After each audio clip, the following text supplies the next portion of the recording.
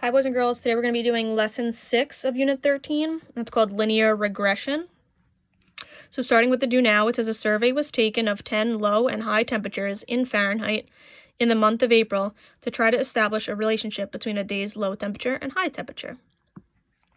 So I have the low temperature here and they tell me it's the X values and the high temperature are the Y values. So if you look on this table right here, on this graph, the low temperatures are on the X axis. I'm just going to put a little X all the way over here. And the high temperatures are on the Y axis. Part A, so they give us all of our data. It says Part A, construct a scatter plot of the bivariate data on the grid. So scatter plot is we're going to plot all of these points. Okay? So if my X is 26 and my Y is 49, I need to look at these scales before I start plotting. Okay, this goes 20, then it jumps some boxes, then 30, then jumps a few more, 40. So let's figure out what these are going to be first before I try to plot, because this is 26, right? So I know it's going to be somewhere in here. I don't exactly know where yet until I figure out what each box represents. Well, let's see, 20 to 30, and there's 5 boxes in between. So let's try to count by twos. So 20, if this is 22, 24, 26, 28, 30. Okay, so that works. So let's just label all of those first. 30, 32, 34, 36, 38. If you are somebody who writes a little bit bigger, you can always turn your page and write the numbers sideways. So for example, like this, you can do 42, 44, 46, 48. Okay, if you're having a hard time fitting them. Same thing with going up. So it starts with jumps to 50 is our first number up here, but I have some boxes in between. Okay, this little squiggle right here, it's called a break. Okay, it kind of looks like a little lightning bolt. What that means is that all the way down here we know is usually 0, right? But our first set of data is 2649. So down here, I needed 26, so I didn't need to start at 0. I would have never fit all those numbers. Same thing with this. I couldn't start at 0 and go 2, 4, 6. I would have been here forever trying to plot all the way up to 70. So what they do is they put this little lightning bolt. It's called a break, so it means we can jump. So from 0, and then I have a couple lines, and then 50. What I need to figure out is what each of these lines represent. So same thing with here, 50 to 60, and there's 5 boxes in between, so let's try to count by twos. 50, 52, 54, 56, 58, 60. That works. 52, 54, 56, 58, 60, 62, 64, 66, 68, 70, 72, 74. Now let's just fill in these. I didn't have a number down here to work with, but I know if I count backwards from 50 by twos, this would be 48 and 46. Okay? All right, now we can plot. So 26, 49. So I'm going to find 26 on my x-axis, 49 on my y-axis, which is going to be between this 48 and this 50. So I'm going to go up till I'm between 48 and 50 and on the line of 26. So right here, I'm going to put a point. Then I have 28, 50. So I'm going to go over to 28, go up to 50, put a point. We are not going to connect anything right now. You're just plotting the points first. So I did this, 30, 57. So I go over to the right 30, up to 57. That's between 56 and 58. Check it off that I did it. 32, 54, over to 32, up to 54. Plot, check it off. 34, 60, go over to 34 on the x-axis, go up to 60, and plot. Check it off. 35, 58. 35 is between the 34 and the 36, up to 58.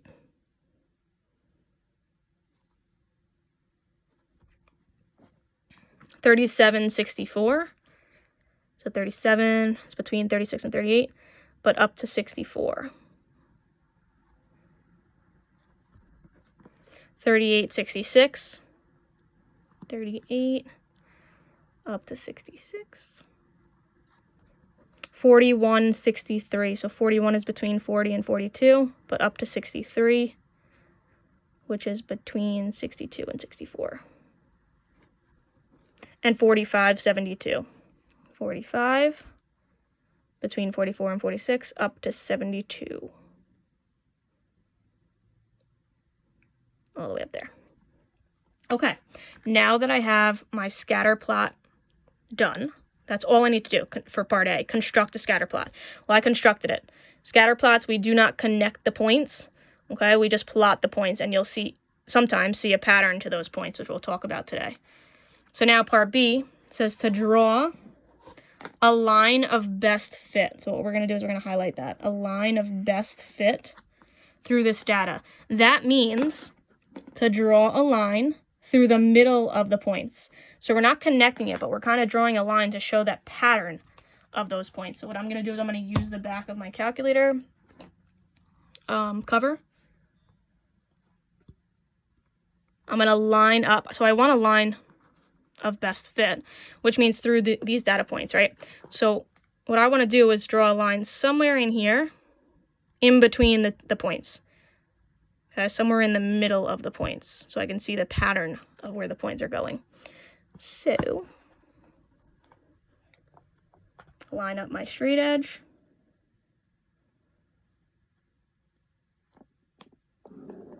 And I draw my line. This is called my line of best fit, so I'm just going to write that up here.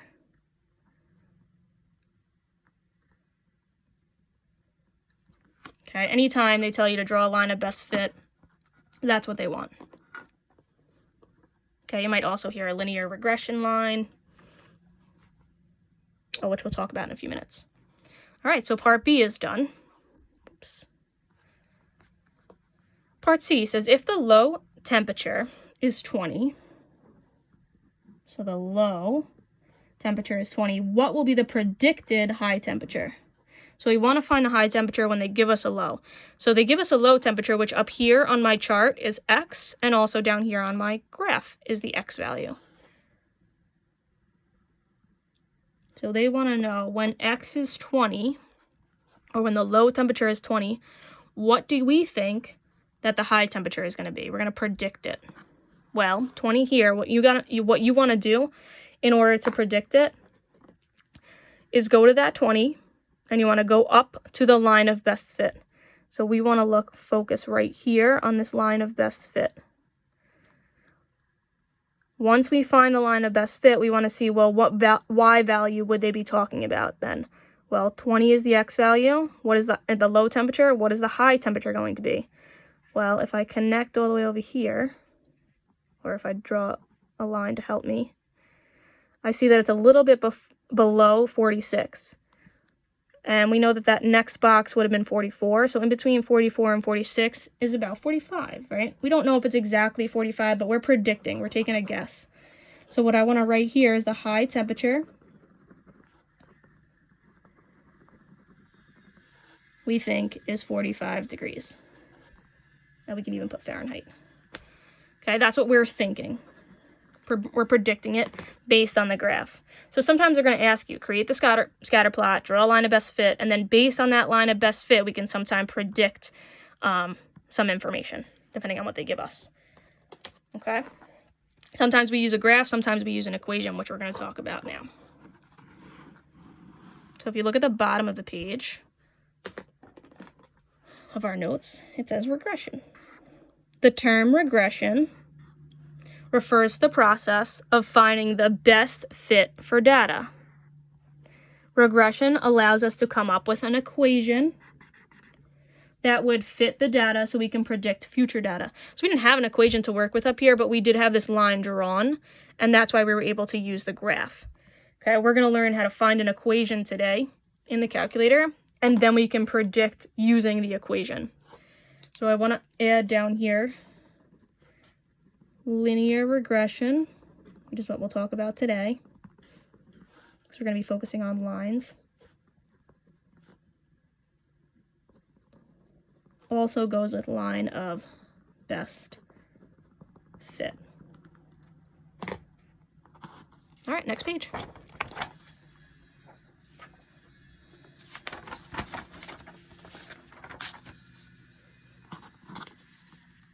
All right, example 1. The table shows the number of grams of carbohydrates, X, and the number of calories, Y. So they give us our table, X and Y. They want to know which equation best represents the line of best fit. So we're going to come up with an equation for the line of best fit. Well, on the do now, we had that graph to work with the line of best fit. Now we don't have a graph, we only have the data. So instead of plotting all of this data on a graph and trying to draw it and then trying to predict an equation or come up with an equation, what we can do is put this data in the calculator. Okay, so we're going to follow these steps over here. First thing we're going to do is make sure stat diagnostics and stat plot are on. So if we go into the calculator, to get our stat diagnostics on, we want to hit mode. And we want to scroll down all the way to the bottom. You'll see from the third one up, it says stat diagnostics. We want to make sure that it's on. Okay, so right now it's highlighted as off. I want to make sure that it's highlighted as on. So I go over and I hit enter. Okay, now that it's highlighted on, I can clear this out. I also want to make sure that stat plot is on. You know what, let's just write mode. And then we scroll down. Scroll to stat diagnostics and turn it on. For stat plot, what we want to do is we want to hit second and then Y equals. So you'll see in blue up above the Y equals, it says stat plot. So we hit second, Y equals. Then we hit enter. We want to make sure that it's highlighted as on. So for plot 1, we want to highlight on. And then for the type, we want to make sure it's on a scatter plot. So there's a bunch of different graphs here. Right, we have a bar graph, we have a line graph, we have a box and whisker, right? But we want to make sure it's on scatter plot, which is that first one. So we enter. Once on is highlighted and the scatter plot is highlighted, we can clear out. Oops.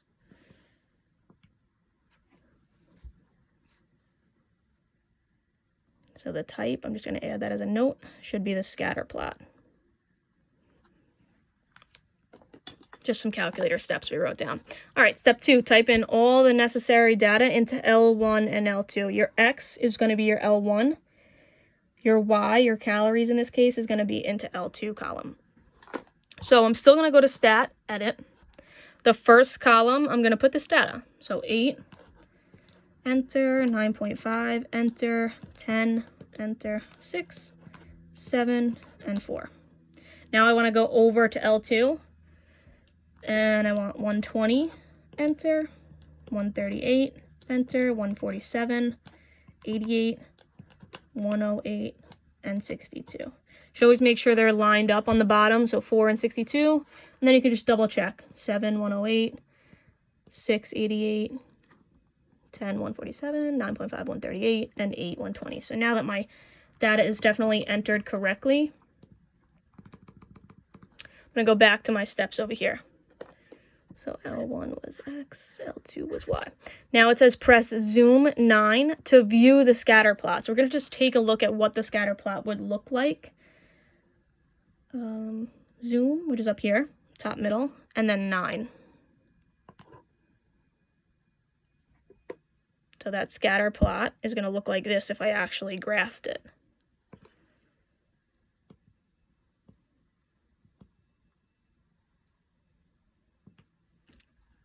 Okay, then it says, if the scatter plot resembles a linear line, use linear regression. So we know the word linear means line because it has the word line in it. So they're saying because these scatter plot points are in like a pattern of a line, right? Right here, it's going up from left to right in a line, pretty much in a line, but not exact, not a perfect line. So we know that it's going to be a linear regression. After I figure that out, I want to press stat calc 4 So now we're used to doing stat calc 1 bar stats.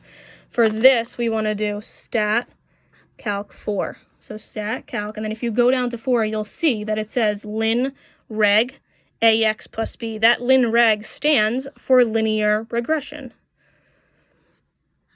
So we're looking for that. Then I hit enter. I go down to calculate all the way at the bottom. I want to make sure X list says L1, Y list L2, like we talked about before. Hit calculate, and it gives me a bunch of information. So we're going to end up substituting that information into an equation. So what we want to do right here, if it's a line of best fit, I know I'm dealing with lin reg ax plus b. So I always write that up here as soon as I see line of best fit or linear regression. Then what I do is I literally write what the calculator says. The calculator says y equals ax plus b.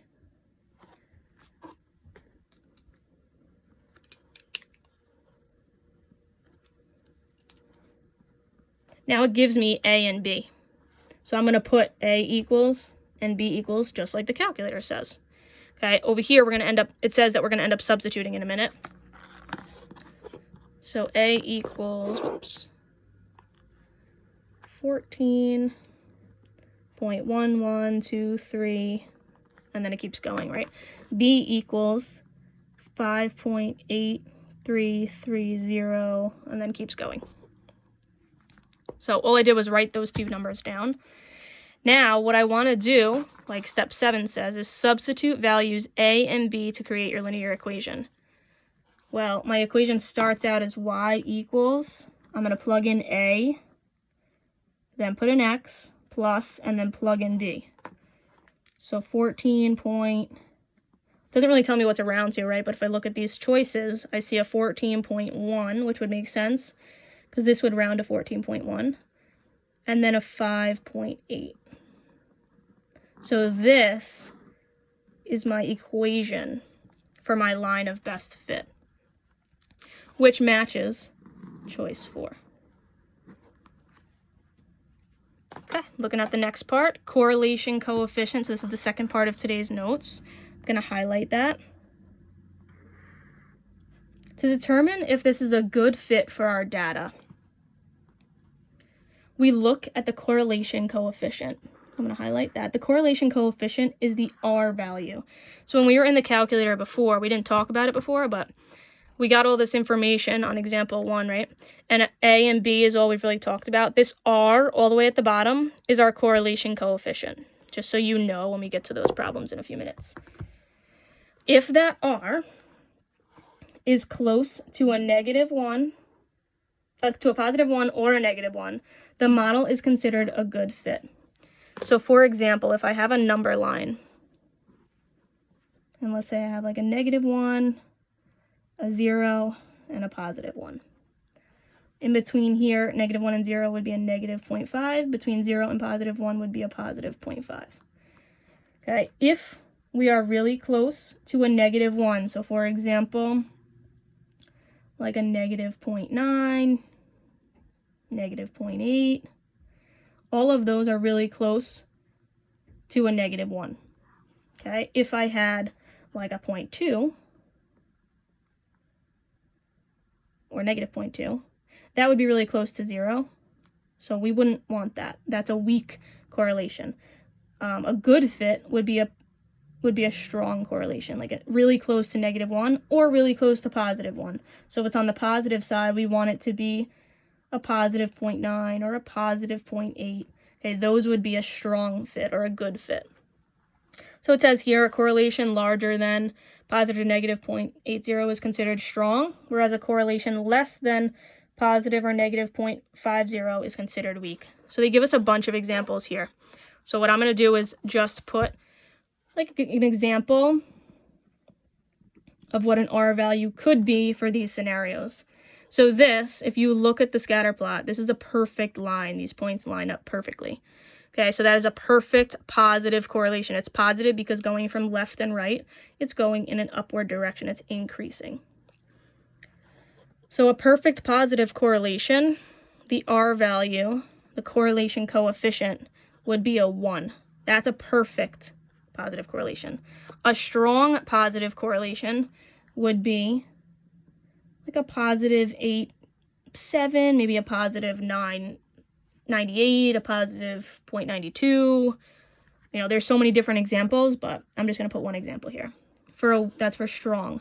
For a weak positive correlation, maybe like a 0.42, 0.32, anything that's getting closer to that 0. No correlation would be R equals 0. There's no correlation, no pattern to my data at all. Okay, just to go back to this for a sec, a strong positive correlation would mean that those points are kind of closer together, going in an upward direction. A weak positive, which it's still going in an upward direction, but the points are scattered apart. No correlation, they're all over the place. There's no pattern to my data. Weak negative correlation. So it's going from left to right. It reads as it's decreasing. That's why it's a negative correlation. And it's weak because those points are spread out from each other. So an example for an R value would be a negative 0.42. Strong negative correlation. It's negative again because going from left and right, it's going in a downward direction. But it's a strong negative correlation. So I want a negative, but I want it to be close to a -1. So maybe a 0.98. And then a perfect negative correlation is that perfect negative slope. So my R would be a -1 because it's negative and it's perfect. Okay, so those are just some examples. Correlation does not imply causation. A causal relation between two events exists if the first event, the cause, causes the second event, the effect. For example, if we turn the volume up on the radio, that means it's going to be louder, right? It's cause and effect. So I just want you to write that down here. Cause and effect. That's when we can say it's a causal relation. Just like you learn in science, a cause and effect. All right, next page. Some practice with the calculator. Example 2, Erica, the manager of Stellar Beans, collected data on the daily high temperatures and revenue from coffee sales. Data from 9 days this past fall are shown in the table below. So I have my high temperature T and my coffee sales F of T. So I know that F of T, or F of X, right, or F of any letter, is really the same thing as Y, which means that that's T up here would really mean the same thing as X. So they give me my data for all 9 days. Then it says state the linear regression function. So state, I'm going to highlight linear regression function, F of T, which I know is Y, that estimates the day's coffee sales with high temperature of T, which I know is X, round all values to the nearest integer. So what I'm going to do, if they want a function, a linear regression function, as soon as I see that, line of best fit, I see equation of line of best fit, linear regression line, linear regression function, all of those terms, I know I'm going to be looking for lin reg in the calculator, linear regression, which is AX plus B. So again, I want to make sure that my stat diagnostics is on. Oops, so I hit mode, go down to the bottom, make sure stat diagnostics is on. In this case, it should be on because we turned it on for the last problem. Now I go in and type my data in. Remember, X is always going to be L1, Y is going to be L2. So stat edit, clear out what we have, go up to L1, hit clear, go down. High temperature, this whole list going from left and right, I'm going to list in L1. So 54, enter, 50, enter, 62, enter, 67, enter, 70, 58, 52, 46, 48. Now I'm going to go over to L2 and put these numbers in. 2,900, 3,080, 2,500, 2,380, 2,200, 2,700, 3,000, 3,620, and 3,720. So now that all those numbers are in, I should go back and double check that they all line up with what my chart says. So 48, 3,720, 46, 3,620. Just always double check. We don't want to get these questions wrong just because of a little calculator error. All right, so stat over to calc, because I want lin reg. I'm going to go down to 4 where it says lin reg ax plus b. I make sure it says L1 and L2. Go to calculate. Gives me all my information. Oh, you know what? Let's just write.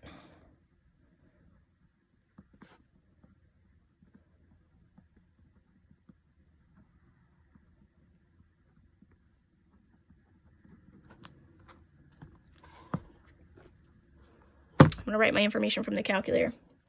Y equals ax plus b. I did a and b in red because those are my values that I'm going to be plugging in, and they give me those in the calculator. The next thing after y equals ax plus b is a equals and b equals. So it says up here nearest integer. Okay, so we want the nearest whole number in this case. So my a says negative 58.26 and so on, right? Well, if I round that to the nearest whole number, it's going to stay at negative 58 because this 2 doesn't bump anything. For the b value, it's 6,182.199 and so on. Again, this is a 1, so it's 4 or less. We give it a rest, so it stays at 6,182. This is my A and my B. Now I go into my equation and I just plug in. And then I have my linear regression function. So y equals, my A value was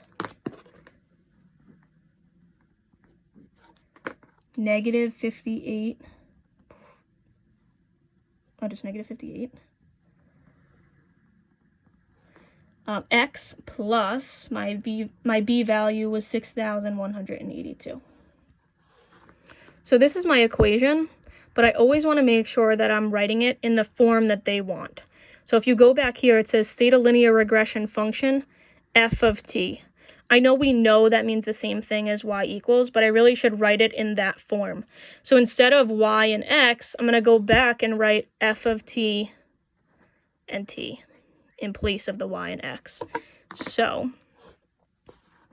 over here, I'm just going to put f of t instead of y equals negative 58 t instead of x plus 6,182. This is really my final function as f of t. Okay, just important to always look back at the question and make sure we're writing it in the form that they want. All right, state the correlation coefficient R of the data to the nearest hundredth. So correlation coefficient we talked about before. It is the R value. And they want me to round to the nearest hundredth. Well, I already did all the work in the calculator. So if it's the R value, I'm just going to write down what the R value is. R equals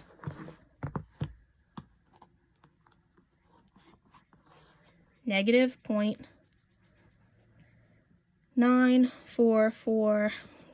They want to the nearest hundredth, which is the second spot after the decimal place. So R rounds to negative 0.94. That's all they want for the second part. Now down here, does R indicate a strong linear relationship between the variables and explain your reasoning? Well, R we just said was a negative 0.94. So if you think back to the previous page of notes where I gave you all those examples of the graphs and examples of the R values, okay, this negative 0.94, so I know it's a negative relationship, but I got to decide, is it a strong relationship or a weak relationship? Well, this 0.9 or negative 0.9 means that it's going to be close to -1, right? If I had my number line with -1, 0, and +1, this negative 0.94 would be somewhere over here, which would be close to -1. So that means it is a strong negative relationship. So I want to say yes. R indicates a strong linear relationship because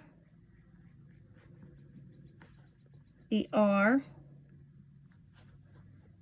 is close to -1, and that R is the correlation coefficient. Okay, this is your reasoning. So yes, it's strong, we answered it. And then we explained by saying yes because the R is close to -1. If it was close to +1, it would also be a strong relationship. Okay, next page. Last question before the closure and the homework that you work on your own. Data table below shows the median diameter of grains of sand and the slope of the beach for 9 naturally occurring ocean beaches. So they give us all of our data. We know that it tells us that this is X and this is Y. And we know that that's L1 and L2. It says write the linear regression equation. As soon as I see that, I think lin reg in the calculator. These are our keywords, linear regression. For this set of data, rounding all of the values to the nearest thousandth. This thousandth is 3 decimal places.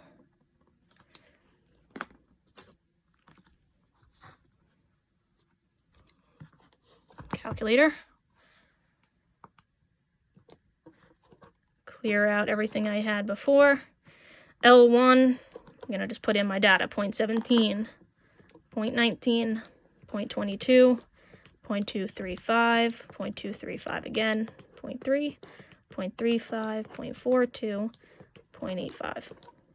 Go over to the L2 column. I put 0.63, 0.7, 0.82, 0.88, 1.15, 1.5, 4.4, 7.3, 11.3. Now that my data's all in, stat calc, go down to lin reg. Calculate it, get all my information. So it says y equals ax plus b. My a value in the calculator, 17 point, they want it to the thousandth, so it says 0.1593. So 9 is the thousandth spot. Well, that 3 means I'm going to keep that 9 the same. So 17.159. My b value is a negative 2. I have 4759. 5 is the thousandths place. Well, that 9 is 5 or more, so it's going to bump that 5 up. So 2.476.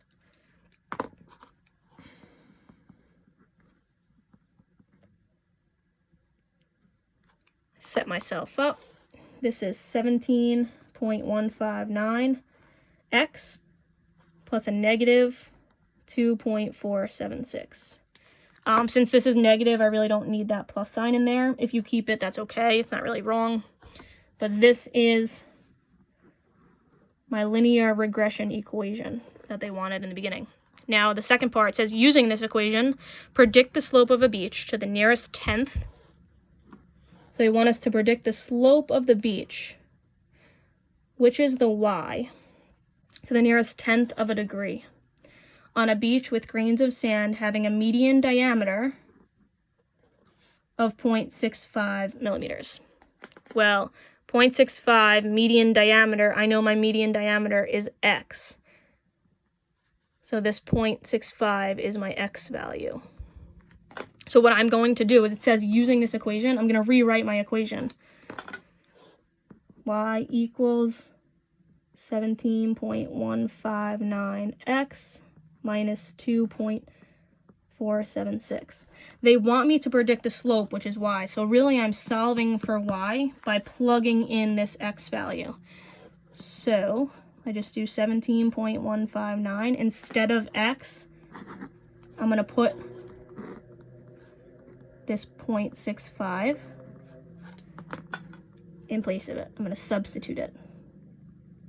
Now to get y, all I need to do is put this in the calculator. So I put 17.159 times 0.65 minus 2.476, and it comes out to be 8.67735. They want it to the nearest tenth, so that's the one spot after the decimal. Well, this 7 is 5 or more, so it bumps it up to 8.7. That is the slope of a beach when the median diameter is 0.65. So this would be my final answer. Again, on the previous questions in the notes, in the do now, we used the graph to predict it. This is how we use the equation. We found the equation in the calculator, then we used it to predict the y value by plugging in the x value. Okay, so we took that 0.65, we plugged in here, and then we just typed this in the calculator to get the y value. Okay, it tells me to use the equation, so I must use it. All right, your job is to try the closure question and the homework question. Now, even if you don't have the calculator app or a calculator, it's okay because the information is all right here for you. They want you to state the linear regression equation. So plug in like we did, use the equation, predict a length, state the correlation coefficient, and then is that correlation coefficient strong linear relationship, and explain your reasoning. Okay, good luck, and we'll see you guys on the next video.